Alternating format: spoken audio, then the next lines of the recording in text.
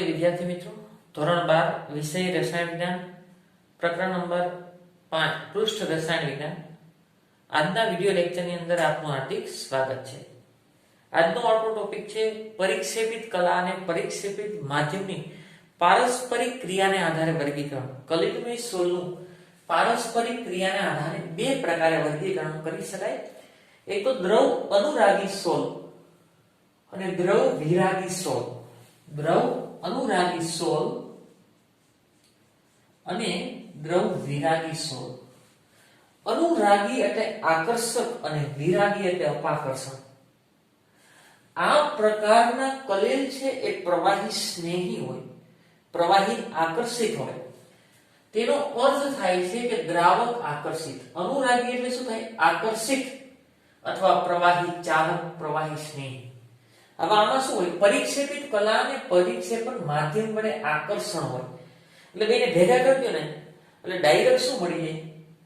સોલ મળે. એને શું કહેવાય? દ્રવ અનુરાગી સોલ. આની અંદર શું હોય?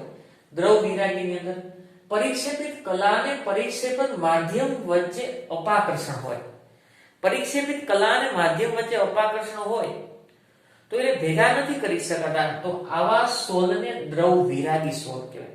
તો કયા પ્રકારના સોલ સરળતાથી બનાવી શકાય? આ પ્રકારના સોલ સરળતાથી બનાવી શકાતા નથી. તેના બનાવટ માટે યોગ્ય પદ્ધતિ વાપરવી પડે. આના ઉદાહરણમાં શું આવે? ગુંદર હોય, જેલેટિન હોય, સ્ટાર્ચ હોય, રબર હોય વગેરેના સોલ. દાખલા તરીકે આપણે આનું ઉદાહરણ લઈએ. સ્ટાર્ચ. સ્ટાર્ચ એટલે કે બટેકામાંથી મળે. અને વધારે ઉદાહરણ કહું તો ઘઉંનો લોટ છે ને સ્ટાર્ચ છે. તો ઘઉંના લોટને સેજ અમથા ઘઉંના લોટને પાણીમાં બોળી અને દ્રાવણને હલાવી નાખું તો ઘઉંના લોટના નાના કણો આખા દ્રાવણમાં શું કરતા હશે? તરતા હશે. તો ઘઉંના લોટના નાના કણો એટલે કે સ્ટાર્ચ એ પરિક્ષેપિત કલા છે અને પાણી છે એ પરિક્ષેપણ માધ્યમ છે. તો તમે બનાવવા માટે શું કર્યું? કાંઈ નહીં. કારણ કે ઘઉંના લોટના કણોને પાણીના અણુ સાથે શું છે? આકર્ષણ છે, ચાહક છે. એટલે આવા સોલ સરળતાથી બનાવી શકાય. ગુંદરમાં પાણી નાખી દો તો મિક્સ થઈ જાય, કારણ કે પરિક્ષેપિત કલા અને પાણી પરિક્ષેપણ માધ્યમ વચ્ચે આકર્ષણ હોય. તો એને બનાવવા માટે કોઈ પદ્ધતિનો ઉપયોગ જરૂરી નથી. અહીં શું થાય? એજીને કોઈ દ્રાવકમાં દ્રાવ્ય કરો તો આકર્ષણ નથી. AuPT અને ધાતુના સલ્ફાઇડ AS2S3 અને CdS, આર્સેનિયસ સલ્ફાઇડ અને કેડમિયમ સલ્ફાઇડના સોલ. હવે આને જ્યારે હું કોઈ પણ માધ્યમમાં ઉમેરું તો આને એટલે કે પરિક્ષેપિત કલા અને માધ્યમને કોઈ આકર્ષણ જ નથી. તો આ પ્રકારના સોલ સરળતાથી બનાવી શકાતા નથી. અને બનાવવા માટે યોગ્ય પદ્ધતિનો ઉપયોગ કરવો પડે. તેઓ ખૂબ જ સહેલાઈથી અને સરળ પદ્ધતિથી બનાવી શકાય. કારણ કે પરિક્ષેપિત કલા અને માધ્યમ ભેગા કરો તો દ્રવ અનુરાગી સોલ મળી જાય. તેઓ મુશ્કેલીથી અને વિશિષ્ટ પદ્ધતિ બનાવી શકાય. આના માટે કોઈ વિશિષ્ટ પદ્ધતિ હોય, આગળ ભણશું. આ ત્રણ માટે કોઈ વિશિષ્ટ પદ્ધતિ હોય. આના અને આના માટે પણ અલગ પ્રકારની પદ્ધતિ હોય.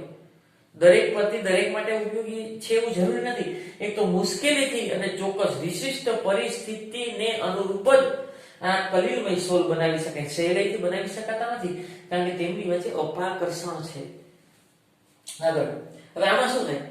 પરિક્ષેપણ માધ્યમને પરિક્ષેપિત કલામાંથી અલગ કરવામાં આવે ત્યારે મળતા સોલને પરિક્ષેપણ માધ્યમમાં ફરીવાર મિશ્ર કરી તો પુનઃરચિત કરી શકાય. આમ તેઓ પરિવર્તનીય સોલ છે. આ પરિવર્તનીય સોલ છે અને આ કેવા છે? અપરિવર્તનીય, અપ્રતિવર્તીય અથવા અપરિવર્તનીય સોલ છે. આમાં શું કર્યું? પહેલા તો પરિક્ષેપિત કલા છે, આ માધ્યમ છે. કલાને માધ્યમમાં ઉમેર્યું એટલે કલિલમય સોલ મળ્યું. હવે એને ગાળી નાખું એટલે કે માધ્યમને મેં દૂર કરી નાખ્યું તો શું મળી ગયું? પરિક્ષેપિત કલા.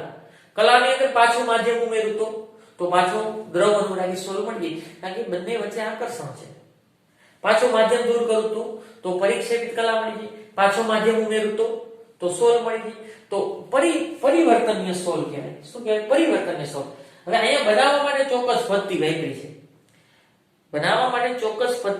છે. અને કલિલમય સોલ મળી ગયા છે. અને કોઈ પદ્ધતિથી હું માધ્યમને દૂર કરું તો એ પરિક્ષેપિત કલા મળી ગઈ. શું મળી ગયું? પરિક્ષેપિત કલા. હું ફરી પાછું માધ્યમ ઉમેરું તો સોલ મળી જશે? ના, એને બનાવવા માટે ફરી પાછી યોગ્ય પદ્ધતિનો ઉપયોગ કરવો જોશે. માટે આ પ્રકારના સોલને અપરિવર્તનીય સોલ અથવા અપ્રતિવર્તી સોલ તરીકે ઓળખવામાં. આવા સોલ એકવાર અવક્ષેપિત એટલે પરિક્ષેપિત કલાને માધ્યમ છૂટા પડી ગયા એટલે કે અવક્ષેપિત થયા પછી ફરી પાછા પરિક્ષેપણ માધ્યમમાં ઉમેરવા છતાં પુનઃરચિત કરી શકાતા નથી, ફરીથી સોલ બનાવી શકાતા નથી. માટે અપ્રતિવર્તનીય ગુણધર્મો ધરાવે છે. આગળ મુદ્દા નંબર 5. આ સોલ સોલ્વેશનના કારણે ઘણા જ સ્થાયી. સોલ્વેશન એટલે દ્રાવ્યતા. દ્રાવ્યતાને કારણે ઘણા જ સ્થાયી છે. તેથી તેને સાચવી પાણી સાથે જો પરિક્ષેપણ માધ્યમમાં જો દ્રાવ્ય હોય તો એનું અવક્ષેપણ થતું નથી, એટલે કે પરિક્ષેપિત કલાને માધ્યમ આપમેળે દૂર થતા નથી. તો આ પ્રકારના સોલ સ્થાયી હોય. સાચવી રાખવા માટે સ્થાયીકારકની જરૂર પડતી નથી. શું કામ જરૂર ન પડે? કારણ કે અનુરાગી છે એટલે આકર્ષણ. પરિક્ષેપિત કલા અને પરિક્ષેપિત માધ્યમ વચ્ચે આકર્ષણ છે એટલે સરળતાથી સોલ્વેશન એટલે કે દ્રાવ્ય થઈ જાય છે. અને બંને પરિક્ષેપિત કલાને માધ્યમ છૂટા નથી પડતા તો સ્થાયી છે. તો સ્થાયી હોય તો સ્થાયીકારકની જરૂર પડતી નથી. હવે આમાં શું થાય? આ સોલનું સોલ્વેશન થતું નથી એટલે બહુ દ્રાવ્ય હોતા નથી. આથી તેને સાચવી રાખવા માટે સ્થાયીકારક પદાર્થની જરૂર પડે. સાચવી રાખવા માટે શેની જરૂર પડે? સ્થાયીકારક. હવે આમાં થાય શું આ પ્રકારના? હવે ધારો કે આ પરિક્ષેપણ માધ્યમ છે, આ માધ્યમ છે, માધ્યમ અને આ નાના નાના કણો છે એ કલા છે, પરિક્ષેપિત કલા. હવે આ સોલ્યુશન ન થતું એટલે કે આમાં દ્રાવ્ય થતા પણ તરે છે, સ્થાયી કલિલ છે. હવે ઘણી વખત એવું થાય આ બે કણો છે ને આકર્ષાય તો કદમાં કેવા થાય? મોટા. ઈ પાછું આની સાથે આકર્ષાય, હજી કદમાં કેવો થયું? મોટું. આની સાથે આકર્ષાય, કદમાં મોટા થાય. અને કદમાં મોટા થાય તો ક્યાં બેસી જશે? તળિયે. અને જો કણો કદમાં તળિયે બેસી ગયા, કણો છે એ દ્રાવણમાં તળિયે બેસી ગયા તો પછી કલિલમય દ્રાવણ કહેવાય નહીં. કારણ કે પરિક્ષેપિત કલા ને પરિક્ષેપણ માધ્યમ છૂટા પડી ગયા તો એ અસ્થાયી થઈ ગયા. આથી તેમાં સ્થાયીતા જાળવી રાખવા માટે સ્થાયીકારક પદાર્થની જરૂર પડે. કારણ કે જો આ બંને આકર્ષાય તો કદમાં મોટા થાય તો તળિયે બેસી જાય તો પરિક્ષેપિત કલા અને માધ્યમ છૂટા પડી જાય. એટલા માટે સ્થાયીકારક ઉમેરવું. સ્થાયીકારક કરે શું? આની સપાટી પર એક પ્રકારનું કોટિંગ કરી દઈએ, આવરણ લગાવી દઈએ. હવે આવરણ લગાવી દેશે એટલે થાય શું? સ્થાયીકારક ઉમેરો એટલે આની સપાટી ઉપર કલિલ કણોની કલાની સપાટી ઉપર એક પ્રકારનું આવરણ લાગી જાય અને આવરણ આ બંનેને એકબીજાથી નજીક આવતા રોકે એટલે આ કણો તળિયે બેસી જતા નથી એટલે સ્થિરતા પ્રાપ્ત કરે. તો સ્થિરતા ક્યારે પ્રાપ્ત કરે? સ્થાયીકારક પદાર્થ ઉમેરો તો સ્થિરતા પ્રાપ્ત. અને સ્થાયીકારક ન ઉમેરો તો ભેગા થઈ જશે, ક્યાં બેસી જશે? તળિયે. અને દ્રાવણ કેવું બની જાય? નકામું બની જાય. આગળ આ સોલનું સ્કંદન થતું નથી. સ્કંદન એટલે શું? છૂટું પડી ગયું. સ્કંદન એટલે અવક્ષેપણ થવું. પરિક્ષેપિત કલા છે એ માધ્યમમાંથી જો છૂટી પડી જાય, અવક્ષેપણ થઈ જાય તો એને સ્કંદન કહેવાય. અહીં સ્કંદન થતું નથી, છૂટા પડતા નથી. શું કામ છૂટા નથી પડતા? અનુરાગી છે, આકર્ષણ છે. પરિક્ષેપિત કલા ને પરિક્ષેપણ માધ્યમ વચ્ચે આકર્ષણ છે એટલે છૂટા નથી પડી. અને અહીં શું થાય? આ સોલમાં થોડા પ્રમાણમાં વિદ્યુત વિભાજ્ય ઉમેરતા અથવા તો ગરમ કરતા અને હલાવી નાખો. થોડોક વિદ્યુત વિભાજ્ય ઉમેરવું, ગરમ કરવું અને હલાવી નાખવું.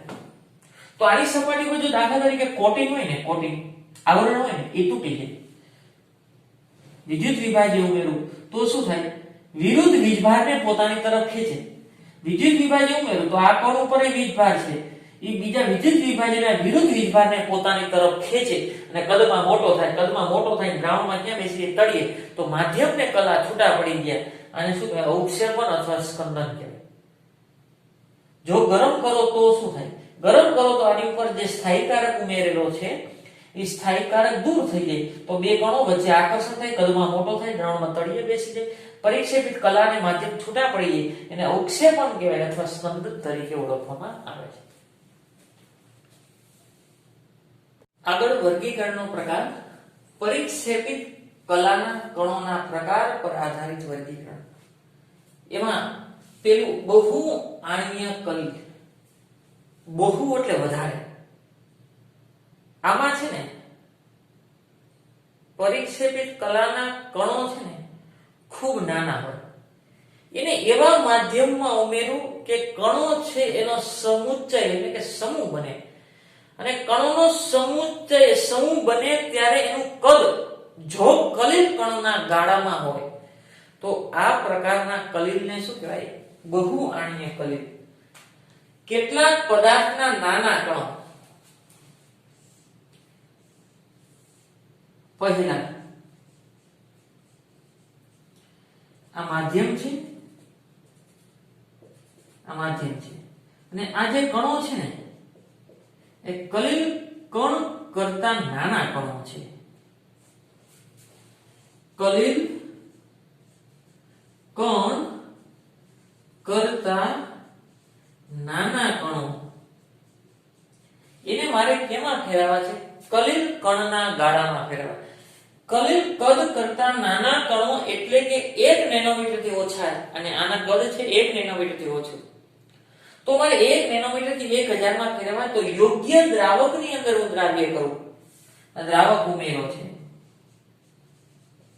પછી આ દ્રાવક કલિલ બની જાય. પછી શું બની જાય? કલિલ. કલિલ ક્યારે બને?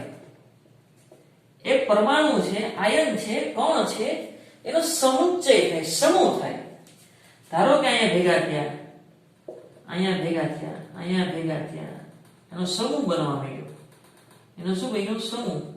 અને આ જે નવો સમૂહ બન્યો છે ને, સમુચ્ચય થઈને સમૂહ બન્યો છે, એનું કદ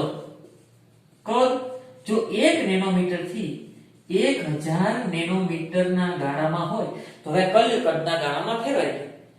પેલા કેવા હતા? કલિલ કણ કરતા નાના કણોને યોગ્ય દ્રાવકમાં વિલયન કરવામાં આવે, એટલે કે ઓગાળવામાં આવે. પેલા કણો ઓગળે છે ત્યારે એ કણો છે એને ભેગા થાય અને એનું કદ કેટલું થાય? 1 નેનોમીટર થી 1000 નેનોમીટરના ગાળામાં ફેરવાય તો પછી એક કલિલ કણ તરીકે વધશે. તો આવા દ્રાવણને શું કહે? કલિલ દ્રાવણ. કેટલાક પદાર્થના નાના કણો એટલે પરમાણુ હોઈ શકે, વિપુલ પ્રમાણમાં પદાર્થના અણુ, પરમાણુ અથવા અણુઓ હોઈ શકે પણ નાના છે, એને યોગ્ય દ્રાવકમાં વિલયન કરતા એટલે ઓગાળતા તેઓ એકબીજા સાથે સમુચ્ચયથી ભેગા થાય છે, એટલે સમૂહ બની અને ભેગા થાય છે, અને ભેગા થઈ અને કલિલ કણોના કદ, કેટલો કદ બનાવે? પેલા 1 નેનોમીટર કરતા કદ ઓછું હતું, હવે 1 નેનોમીટર થી 1000 નેનોમીટરના ગાળામાં ફેરવાય છે, માપના અણુઓ બને છે. અને જો આ રીતે જો કોઈ સ્પીસીઝ રચાતી હોય, ભાગ રચાતો હોય તો એને બહુ આણ્વીય કલિલ કહેવાય. એમાં ગોલ્ડ વિલય અને સલ્ફર વિલયનો ઉદાહરણ તરીકે ઉપયોગમાં લઈ શકાય. ગોલ્ડ વિલયની અંદર શું હોય? સોલમાં એયુના ઘણા બધા પરમાણુ, અહીંયા યોગ્ય દ્રાવક લો, એમાં સોનાના પરમાણુ ઉમેરો તો એનું કદ છે ને 1 નેનોમીટર કરતા ઓછું હોય. પછી સોનાના પરમાણુનો સમુચ્ચય છે ને, સોનાના પરમાણુનો સમુચ્ચય થવાથી 1 નેનોમીટર થી 1000 નેનોમીટરમાં ફેરવાય, ત્યાર પછી સોનાનું કલિલમય દ્રાવણ મળે.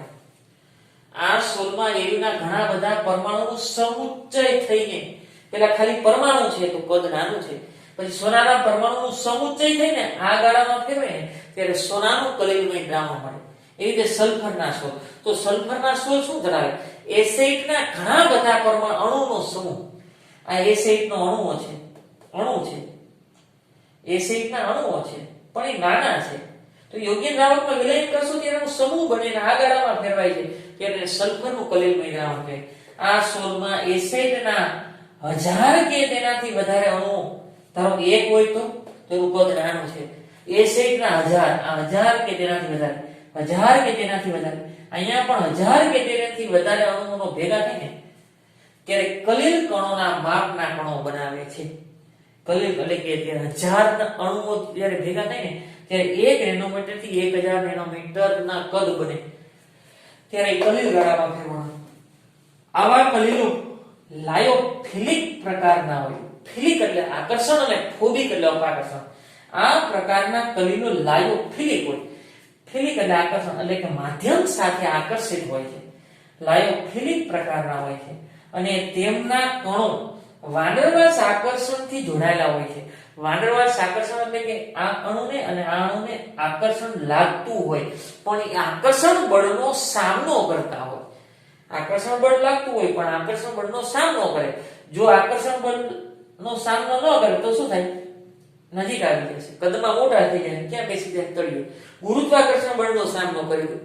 ગુરુત્વાકર્ષણ બળને કારણે તળિયે બેસી જતા નથી.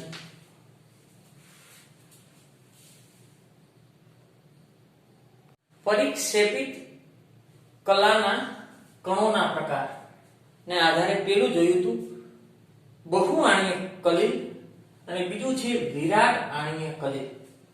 બહુઆણીયની અંદર શું હોય? પેલા નાના નાના કણો હોય, યોગ્ય દ્રાવકમાં દ્રાવ્ય કરો તો સમુચ્ચય થઈને કલિલ ગાળામાં ફેરવાય. આમાં ઉલટું છે.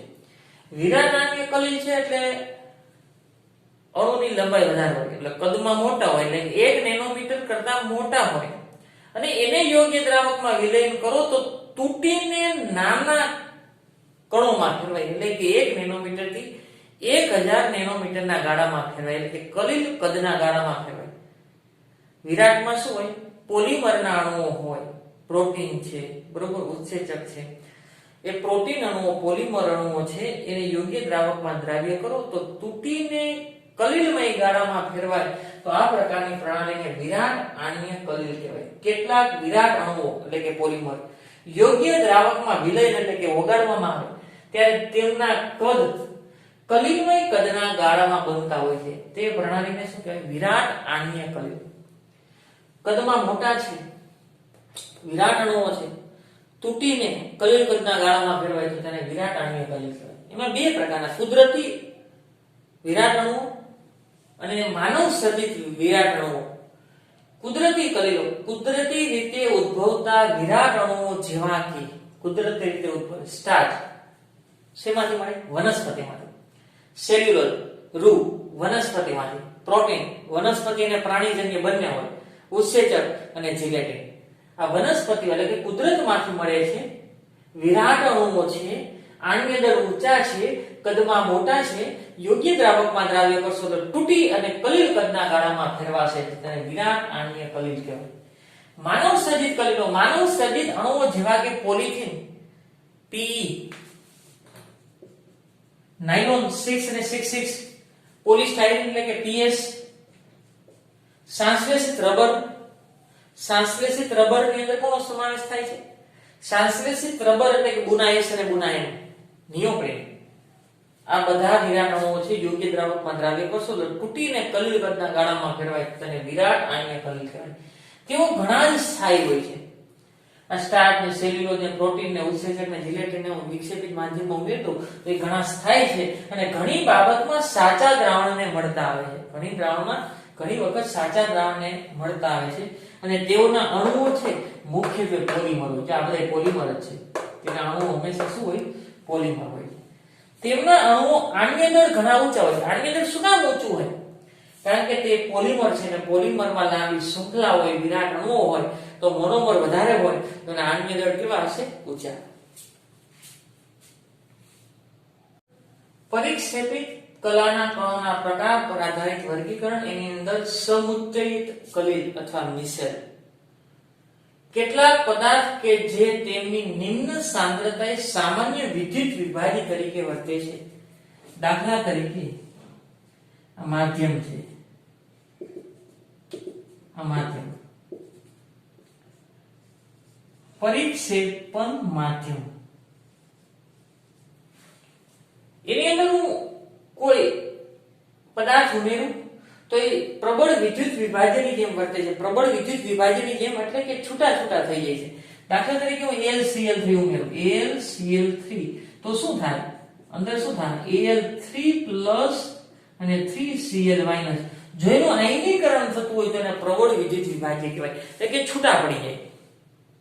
કોઈ પણ પદાર્થને જ્યારે ઓછી સાંદ્રતા હોય ત્યારે પ્રબળ વિદ્યુત વિભાજનની જેમ વર્તે, એટલે કે છૂટા છૂટા રખડતા હોય. દ્રાવણની અંદર છૂટા છૂટા હોય. આ છૂટા છૂટા છે, બરોબર. જ્યારે સાંદ્રતા ઓછી હોય છે ત્યારે માધ્યમમાં એને ઉમેરું તો એ છૂટા છૂટા હોય. પરંતુ જો એની સાંદ્રતા વધારી દેવામાં આવે તો ઊંચી સાંદ્રતાએ ઈ જ અણુનો સમુચ્ચય બને. આની સાંદ્રતા ઓછી હોય તો ત્યારે કઈ વાંધો નથી. દાખલા તરીકે બીજો પદાર્થ મેળવો AlOH થાય છે તો એ શું થાય 3OH માઈનસ. ઓછી સાંદ્રતાએ આના અણુઓ છૂટા છૂટા છે, પરંતુ ઊંચી સાંદ્રતાએ એના અણુઓ હવા સમુચ્ચિત થાય, ભેગા થશે અને ગોળાકાર સ્વરૂપ ધારણ કરે. ઊંચી સાંદ્રતાએ સમુચ્ચયિત થઈને ગોળાકાર સ્વરૂપ ધારણ કરે તેને કહેવાય સમુચ્ચયિત કલિલ અથવા મિસેલ. પરંતુ આ મિસેલની રચના અમુક તાપમાનથી ઊંચા તાપમાને જ થાય. અમુક તાપમાનથી ઊંચા તાપમાને જ થાય. તે તાપમાનને ક્રાફ્ટ તાપમાન કહેવાય. શું કહેવાય? ક્રાફ્ટ તાપમાન. એનાથી ઊંચું તાપમાન હોય ને, એનાથી ઊંચું તો પાછા છૂટા પડી જાય, અને એનાથી નીચું તાપમાન હોય તો અણુઓ 1000 નેનોમીટર કરતા સાઈઝ શું થઈ જાય? વધી જાય. તો ક્રાફ્ટ તાપમાનથી ઊંચા તાપમાને અને નીચા તાપમાને પછી કલિલમય પ્રણાલી રહેતી નથી. અને મંદર કરું તો જો આ ઝૂકું છું, નીચી સાંદ્રતાએ છૂટા છૂટા હતા, સાંદ્રતા વધારે દીધી તો સમુચ્ચય ભેગા થઈ કલિલકદના ગાડામાં આવ્યા, ગોળાકાર સ્વરૂપ ધારણ કર્યું, તેને શું કહેવાય? મિસેલ. હવે એને બંધ કરું, મંદરને પાછું માધ્યમ ઉમેરું, માધ્યમ ઉમેરું તો આ પાછા છૂટા થઈ ગયા. માધ્યમ ઉમેરું તો વ્યક્તિગત પાછા પ્રબળ વિદ્યુત આ છૂટા પડી ગયા, પાછા શું થઈ ગયા છે? છૂટા પડી જશે, પાછા છૂટા છૂટા પડી જશે. પછી કલિલની પ્રણાલી એવી નથી, પાછી જોતી હોય તો પાછી સાંદ્રતા વધારવાની છે. જો પરંતુ ઊંચી સાંદ્રતાએ તેઓ સમુચ્ચય થાય એટલે ભેગા થાય અને કલિલમય વર્તણૂક દર્શાવે. કલિલમય વર્તણૂક ક્યારે દર્શાવે? એની સાઈઝ એ ભેગા થઈ અને 1 નેનોમીટર થી 1000 નેનોમીટરના ગાળામાં ફેરવાય તો. આ રીતે સ્થપાયેલા સમુચ્ચય કલિલને પ્રણાલીને શું કહેવાય? મિસેલ. મિસેલની રચના અમુક ખાસ તાપમાન કરતા ઉપરના તાપમાને જ થાય છે, અને જે તાપમાને થાય ને એને ક્રાફ્ટ તાપમાન ટીકે તરીકે ઓળખાય. અને જુદી જુદી મિસેલ માટે ટીકે એટલે કે ક્રાફ્ટ તાપમાન, આ મિસેલ રચના જે તાપમાને થાય જુદા તાપમાન જુદા જુદા મિસેલ માટે જુદા જુદા પદાર્થ માટે જુદું જુદું હોય. આગળ આવા કલિલનું મંદન કરતા, મંદન એટલે પાણી ઉમેરો અથવા માધ્યમ ઉમેરો તો વ્યક્તિગત મૂળ આયનમાં ફેરવાઈ જાય, પેલા હતા એવા ને એવા થઈ જાય. આગળ તેઓ પૃષ્ઠ સક્રિય પદાર્થ જેવા કે સાબુ અને સાંશ્લેષિત ડિટર્જન્ટની અંદર આવા ગુણધર્મો જોવા મળે. સાંશ્લેષિત ડિટર્જન્ટ દાખલા તરીકે C17 H35 અને COONA અને કહેવાય સોડિયમ સ્ટીઅરેટ. સોડિયમ સ્ટીઅરેટ એને તમે જો આયનીકરણ કરી નાખો, એને આયનીકરણ કરો તો બે ભાગમાં વહેંચાઈ જાય, આ માઈનસ અને આ પ્લસ. આ ભાગ પાછો બે ભાગ ધરાવે છે. આ ભાગ ધ્રુવીય છે, આ ભાગ કેવો છે? ધ્રુવીય. તો એ પાણી પ્રત્યે આકર્ષણ હોય તો એને જલ અનુરાગી કહેવાય. જલ અનુરાગી. અને આ અધ્રુવીય ભાગ છે, અધ્રુવીય, તેને કહેવાય જલ વિરાગી. સાબુને જ્યારે ડિટર્જન્ટને પાણીમાં નાખીને હલાવવામાં આવે ત્યારે ઓછી સાંદ્રતા હોય ને તો આ આખો ભાગ ને આ ભાગ છૂટો રહેશે, પણ ઊંચી સાંદ્રતાએ ગોળાકાર સ્વરૂપ ધારણ કરી નાખે. આ શું થઈ જાય? ગોળાકાર સ્વરૂપ. ઊંચી સાંદ્રતાએ ગોળાકાર સ્વરૂપ ધારણ કરે અને આ ભાગ છે ને બહારની બાજુ જઈએ. આ ભાગ અધ્રુવીય ભાગ વચ્ચે રહેશે, આ ભાગ બહારની બાજુ. આ COO માઈનસ, આ COO માઈનસ, આ COO માઈનસ.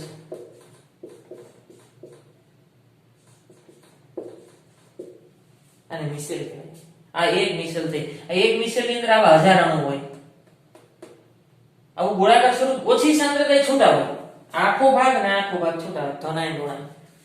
સાંદ્રતા વધારે દઉં તો ડિટર્જન્ટને પાણીમાં વધારે ફેરવી નાખું તો આવું ગોળાકાર સ્વરૂપ ધારણ કરે. આમાં આ ભાગ છે ને બહારની બાજુ છે. શું કામ? બહારની બાજુ પાણી હોય. આ ભાગ ધ્રુવીય છે અને આ કેવો છે? અધ્રુવીય. તો ધ્રુવીય ધ્રુવીયને આકર્ષે. જો આ બહાર દે તો બહાર પાણી ધ્રુવીય છે, તો ધ્રુવીય અધ્રુવીય આકર્ષણ થાય નહીં. એટલે ધ્રુવીય ભાગ બહારની બાજુ છે, પાણી બહારની બાજુ છે, એટલે ધ્રુવીય ધ્રુવીય આકર્ષણ થાય એટલે બહારની બાજુ COO માઈનસ ભાગ, વચ્ચેના ભાગમાં R. આ એક મિસેલની રચના થઈ. એક મિસેલમાં આવા 1000 જેટલા અણુ હોય અને ત્યારે એક કલિલ કણ થાય. આવા ઘણા બધા આમાં કલિલ કણ હોય. એવું કે છે સાંશ્લેષિત ડિટર્જન્ટમાં આવું જોવા મળે. સાબુ માટે CMC એટલે કે ક્રાંતિક મિસેલ સાંદ્રતા ઓછી સાંદ્રતા સાબુની હોય ને ત્યારે વ્યક્તિગત મૂળ આયનની જેમ હોય. પરંતુ કેટલી સાંદ્રતા CMC એટલે ક્રાંતિક મિશ્ર સાંદ્રતા એટલે કે મિશ્ર રચના જ્યારે ધારણ થાય ત્યારે કેટલી સાંદ્રતા હોય છે? સાબુની સાંદ્રતા 10 ની -4 ઘાત થી 10 ની -3 ઘાત મોલર થાય ત્યારે મિશ્રની રચના થાય એને ક્રાંતિક મિશ્ર સાંદ્રતા કહેવાય. આગળ આ કલીલો બંને દ્રવ વિરાગી અને દ્રવ અનુરાગી ભાગ ધરાવતા હોય. આ ભાગ પાણી પ્રત્યે આકર્ષણ છે તો દ્રવ અનુરાગી અથવા જલ અનુરાગી. અધ્રુવ્ય તો દ્રવ વિરાગી અથવા જલ વિરાગી તરીકે ઓળખાય. આ કલીલો બંને દ્રવ વિરાગી અને દ્રવ અનુરાગી ભાગ ધરાવતા હોય.